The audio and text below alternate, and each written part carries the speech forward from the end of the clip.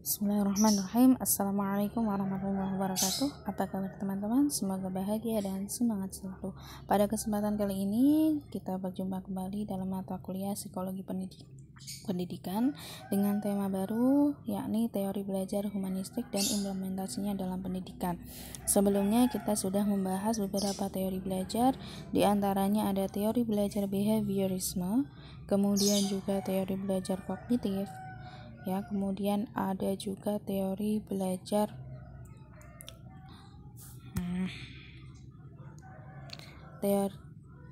teori belajar konstruktivis. Nah, kemudian di sini kita akan membahas teori belajar humanistik. Oke. Nah, masing-masing teori belajar yang sudah kita pelajari itu sebenarnya saling mengkritik satu sama lain. Misalnya adalah teori belajar behaviorisme yang menekankan pada stimulus dan respon. Ini mendapatkan kritik dari teori belajar kognitif, ya, di mana dalam pembelajaran itu tidak melulu tentang stimulus dan respon yang dapat terlihat, namun juga ada aspek yang tidak nampak secara zahir, yakni adalah aspek kognitif, yang ini juga sangat berperan penting dalam belajar. Yang berikutnya disanggah pula dengan adanya teori konstruktivis, di mana teori konstruktivis ini menganggap bahwasanya belajar itu dapat didukung atau dibangun oleh kognitif, ya, aspek kognitif dan pengalaman yang dimiliki oleh siswa, atau yang dalam konteks sosial itu kan tadi internal, ya. Yang sosial berarti belajar itu bisa dipengaruhi oleh lingkungan sekitar. Jadi kalau yang kedua tadi behaviorisme itu mengedepankan adanya stimulus dan respon antara guru dan juga siswa. Kemudian kognitif menekankan pada aspek kognitif yang dimiliki oleh siswa. Maka konstruktivis ini melihat dari dua aspek, tidak hanya aspek kognitif dan pengalaman, namun juga aspek sosial yang melingkupi siswa sehingga proses belajar bisa menjadi optimal. Nah, sekarang, ya, karena beberapa, ya, atau sebagian dari teori belajar itu dirasa kurang manusiawi, ya, maka kemudian muncullah teori humanistik ini. Nah, teori belajar humanistik, ya, kita tinjau dulu dari segi bahasa dalam Kamus Bahasa Indonesia. Ya, Kamus Besar Bahasa Indonesia, humanisme atau humanistik itu merupakan aliran yang bertujuan menghidupkan rasa peri kemanusiaan atau paham yang menganggap manusia sebagai objek terpenting. Nah, inilah yang dimaksud dengan humanistik. Ya, jadi humanistik atau humanisme itu erat kaitannya dengan kemanusiaan dan peri kemanusiaan. Yang berikutnya menurut Dimyati, ya, dan Mujiono, humanistik itu lebih melihat pada sisi perkembangan kepribadian manusia, ya, tetap objeknya adalah manusia. Dan ini berkaitan dengan kemampuan positif. Kalau menurut Dimyati dan Mujiono, kemampuan positif ini maksudnya adalah potensi-potensi dalam diri seorang manusia. Yang berikutnya tujuan belajar, ya, secara umum tujuan belajar itu adalah untuk memanusiakan manusia. Nah, ini juga merupakan prinsip dari teori belajar humanistik. Jadi siswa itu kan manusia. Bagaimana cara seorang guru menjadikan siswa itu sebagai seorang manusia? Manusia itu bagaimana? Manusia itu memiliki beragam karakter, memiliki beragam perbedaan. Nah, bagaimana cara seorang guru menghadapi fakta tersebut? Nah, di sini ada yang perlu digarisbawahi bahwasanya proses belajar dianggap berhasil jika siswa telah mampu memahami lingkungan dan juga dirinya sendiri. Yang berikutnya, teori belajar humanistik ini berusaha untuk memahami perilaku belajar dari perspektif pelaku, bukan pengamat. Nah, jadi karena sangat memanusiakan manusia itu, maka perilaku belajar itu harus didasarkan atau dilihat dari segi siswa, bukan dari segi pengamat. Pengamat di sini siapa? Bisa jadi seorang guru, bisa jadi seorang supervisor, dan lain sebagainya. Nah, jadi siswa ditempatkan sebagai objek yang penting ya dalam memahami perilakunya. Yang berikutnya, tujuan utama pendidik ini adalah membantu masing-masing individu untuk mengenal dirinya sebagai manusia dan juga mewujudkan beragam potensi yang dimiliki. Selain itu, ada dua bagian proses belajar dalam pandangan humanistik. Yang pertama yakni proses memperoleh informasi baru. Jadi pengetahuan dan informasi baru ini menjadi titik penting ya, dalam proses belajar. Yang berikutnya adalah personalisasi informasi. Personalisasi informasi ini maksudnya adalah informasi yang diperoleh oleh peserta didik itu memiliki perbedaan-perbedaan ya yang sesuai dengan masing-masing individu itu sendiri. Jadi meskipun informasinya sama, namun cara menyerap, kemudian cara mengolah informasi itu berbeda. Nah, inilah yang disebut dengan personalisasi informasi. Berikutnya ada beberapa tokoh teori belajar humanistik ini. Yang pertama adalah Arthur Camps. Di sini menekankan tentang meaningful learning. Ya, konsep meaningful learning bagi siswa, yakni sebuah pembelajaran yang bermakna. Jadi di sini proses pembelajaran itu jangan sampai hanya berorientasi pada mengingat, menghafal saja, namun juga harus memiliki makna. Nah, di sini ada misasumsi atau asumsi yang salah bahwasanya siswa itu mau belajar jika materi yang disusun itu sesuai. Nah, sejatinya bukan begitu. Ya, meskipun materinya itu sesuai dengan kompetensi dasar misalkan, namun jika dalam penyampaiannya itu tidak memiliki makna, maka secara otomatis siswa juga akan lebih mudah untuk melupakan materi yang sudah diajarkan. Maka di sini menjadi PR penting bagi seorang guru dalam penyampaian materi itu harus disertai dengan pemberian makna. Pemberian makna ini maksudnya apa? Yaitu dengan mengkorelasikan atau menghubungkan materi-materi pelajaran yang disampaikan dengan hal-hal yang terdekat dari seseorang siswa.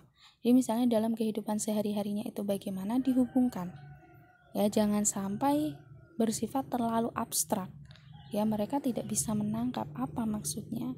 Nah, jadi di sini semakin memberikan arti, semakin dekat atau semakin mudah dipahami karena berkaitan dengan pengalaman mereka, dengan kehidupan sehari-hari mereka, nah, maka siswa akan lebih mudah memahami materi yang disampaikan oleh seorang guru. Yang berikutnya menurut Maslow. Nah, menurut Maslow ini dasar asumsinya adalah ya ada dua aspek. Yang pertama, manusia itu memiliki usaha positif untuk berkembang, yang kedua memiliki kekuatan untuk menolak hambatan. Nah, jadi usaha positif untuk berkembang itu tentu saja masing-masing individu memiliki. Nah, individu berperilaku untuk memenuhi kebutuhan yang bersifat hierarkis. Nah, jadi di sini dalam proses belajar seseorang ya atau seorang siswa itu didasarkan, kalau menurut Maslow itu didasarkan karena mereka ingin memenuhi kebutuhan ya, beberapa kebutuhan yang bersifat hierarkis. Apa saja itu? Dimulai dari hierarki yang paling bawah ya, piramida yang paling bawah itu adalah fisiologis. Nah, kebutuhan fisiologis secara fisik apa? Sandang, pangan, papan. Nah, ini harus terpenuhi dalam diri siswa. Kemudian juga safety needs atau kebutuhan rasa aman. Jadi rasa aman ini juga perlu ya dalam diri seorang siswa. Berikutnya ada belonging need atau rasa kasih sayang atau rasa afeksi ya. Kemudian esteem needs atau kebutuhan penghargaan. Dan yang terakhir adalah yang paling puncak dari hierarki kebutuhan ini, aktualisasi diri. Nah, jadi di sini menunjukkan bahwasanya seorang siswa, ya kalau menurut Maslow, itu akan lebih mudah menerima materi pembelajaran ketika kebutuhan-kebutuhan hidup mereka itu dapat terpenuhi. Nah, berarti di sini PR seorang guru adalah mampu memenuhi kebutuhan-kebutuhan tersebut. Ya, kebutuhan apa saja? Misalnya begini ya. Ternyata dilihat siswa ini enggan belajar. Nah, motivasi belajarnya rendah. Oh, ternyata ada kebutuhan yang belum mereka terima. Apa? Misalnya rasa aman. Nah, rasa aman ini penting dalam belajar. Ya, karena misalnya seorang siswa ini cenderung diancam oleh siswa lain, merasa dirundung atau dibully. Maka ini menjadi sebuah hal yang menekan siswa tersebut sehingga tidak menimbulkan rasa aman. Nah, ini juga nanti berpengaruh pada proses belajar dan motivasi belajar mereka. Nah, bagaimana seorang guru dapat mengelola dan juga menciptakan dan mewujudkan kebutuhan-kebutuhan individu ini ya, meskipun kalau secara faktual sih sangat sulit ya, karena beragam individu kita harus memenuhi beragam kebutuhan. Ya paling tidak guru juga harus berkolaborasi lah dengan para orang tua untuk memenuhi beberapa kebutuhan yang ada ya, khususnya kebutuhan dari hierarki paling bawah, yaitu fisiologis sampai dengan belonging ya, sampai dengan aspek afeksi itu harus mereka terima dalam keluarga. Selanjutnya kebutuhan yang dua terakhir itu dapat dikembangkan oleh guru. Berikutnya ada pendapat dari Carl Roger. Ini teori humanistik itu didasarkan atas dua tipe belajar. Yang pertama adalah tipe belajar kognitif, yang kedua adalah experiential. Nah, kalau kognitif berarti didasarkan atas pemikiran dan juga pembelajaran bermakna yang dimiliki, sementara experiential ini berorientasi pada pengalaman-pengalaman yang dihadapi oleh individu. Nah, prinsip pembelajaran ini ada 4. Kalian bisa membaca di situ. Ya, prinsip pembelajaran menurut Carl Roger itu menjadi manusia memiliki kekuatan wajar untuk belajar. Maka di sini seorang guru jangan sampai memaksakan siswa ya, memaksakan siswa dalam arti ketika kapasitasnya adalah 1, jangan sampai memaksakan pada 2. Nah, kalaupun harus kadenya itu 2, maka harus secara bertahap. Jangan sampai dalam sekali waktu dipaksa untuk berpikir, karena ini akan menjadi sebuah problem yang dapat menekan siswa, sehingga malah pembelajaran itu bukan menjadi efektif, namun malah menjadi momok bagi siswa. Yang berikutnya, siswa akan mempelajari hal-hal bermakna bagi dirinya. Nah, ini pentingnya guru memberikan atau menyajikan contoh-contoh yang sifatnya dapat disaksikan oleh siswa. Nah, jadi jangan mengawang-awang ya, memberikan contoh ini sangat penting sehingga akan menjadi lebih bermakna bagi seorang siswa. Kemudian juga penting untuk mengorganisasikan ide baru sebagai bagian yang bermakna serta belajar yang bermakna. Nah, belajar yang bermakna ini berarti belajar tentang proses. Nah, jadi jangan berorientasi pada hasil namun berorientasi pada proses. Berikutnya di sini Carl Roger itu juga menekankan adanya pendidikan terbuka. Ya, pendidikan terbuka ini maksudnya guru tidak hanya sebagai instruktur, pengarah, kemudian pengomando, namun guru adalah sebagai fasilitator. Untuk apa? Ya, ini untuk menciptakan empati, reward, dan juga feedback. Yang berikutnya, implementasi teori belajar humanistik. Teori belajar humanistik ini harus berorientasi pada proses belajar, Jadi jangan sampai berorientasi hanya pada hasil belajar. Yang pertama, yakni merumuskan tujuan belajar yang jelas. Jadi seorang guru yang pertama kali harus merumuskan tujuan belajar yang jelas. Misalnya dalam mata pelajaran akidah akhlak, ini harus merumuskan tujuan yang jelas, tujuan dari pembelajaran ini apa, itu harus dijelaskan pula pada siswa. Kemudian mengusahakan partisipasi aktif siswa.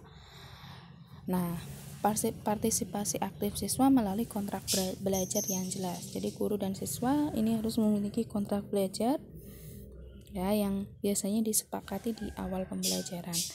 Mendorong siswa untuk belajar atas inisiatif sendiri. Nah, ini juga menjadi hal yang penting karena sekarang ini banyak sekali dijumpai siswa yang sangat sulit untuk memiliki dorongan ya atau inisiatif belajar secara mandiri. Ya, mereka biasanya cenderung untuk bergantung pada materi yang disampaikan oleh guru. Nah, ini menjadi hal yang perlu dikembangkan ya menurut teori belajar humanistik ini. Berikutnya, mendorong siswa untuk peka dan berpikir kritis. Nah, ini juga dengan cara apa? Dengan cara memberikan pertanyaan-pertanyaan ya, kemudian juga membuat kelompok diskusi, kelompok debat. Nah, ini bisa mendorong siswa untuk berpikir kritis. Berikutnya, mendorong siswa untuk bebas berpendapat dan menanggung resiko dari perilaku yang ditunjukkan. Nah, ini selain siswa memiliki kebebasan berpendapat, mereka juga harus mempertimbangkan konsekuensi ya dari pendapat yang disampaikan. Kemudian guru menerima siswa apa adanya, memahami jalan pikiran. Nah, ini menjadi hal yang cukup sulit sejatinya karena dalam sebuah kelas itu ada beragam siswa dengan beragam perbedaan. Kemudian memberikan kesempatan siswa untuk maju sesuai kecepatannya. Ini yang sudah kita sampaikan sebelumnya. Jadi jangan sampai memaksakan siswa. Ya, karena kemampuan siswa itu berbeda-beda. Berikutnya, melakukan evaluasi. Nah, evaluasi belajar ini juga penting untuk mengetahui seberapa besar ya penyerapan materi yang sudah didapatkan oleh siswa. Itu beberapa hal implementatif dari teori belajar humanistik. Yang berikutnya ini catatan. Catatan-catatan yang pertama, teori ini relevan apabila diterapkan pada materi yang bersifat pembentukan kepribadian, hati nurani, dan sikap, serta menganalisis fenomena sosial. Nah, barangkali ini sangat relevan dengan kalau di dalam PAI itu adalah materi pembelajaran ya atau materi pelajaran akidah akhlak ya, yang menitik beratkan pada perubahan sikap. Nah, ini guru harus memberikan kesempatan seluas-luasnya bagi siswa ya untuk mereka mengembangkan potensi dirinya ya, dan juga di sini yang penting juga adalah menganalisis fenomena sosial. Jadi fenomena sosial tentang adab, tentang perilaku masyarakat itu juga penting ya untuk dikuasai siswa. Yang berikutnya, indikator keberhasilan dari teori belajar humanistik, yakni siswa merasa senang, memiliki inisiatif, kemudian menjadi manusia yang bebas berpendapat. Ya, namun tetap memerhatikan norma. Jadi jangan sampai menyimpang dari norma dan etika yang berlaku, serta terjadi perubahan pola pikir dan perilaku atas kemauan sendiri. Nah, itulah beberapa catatan dari teori belajar humanistik. Nanti kita diskusikan lebih lanjut terkait dengan teori belajar humanistik ini serta perbedaannya dengan teori-teori yang sudah kita ulas sebelumnya. Terima kasih, mohon maaf apabila terdapat kekurangan. Wassalamualaikum warahmatullahi wabarakatuh.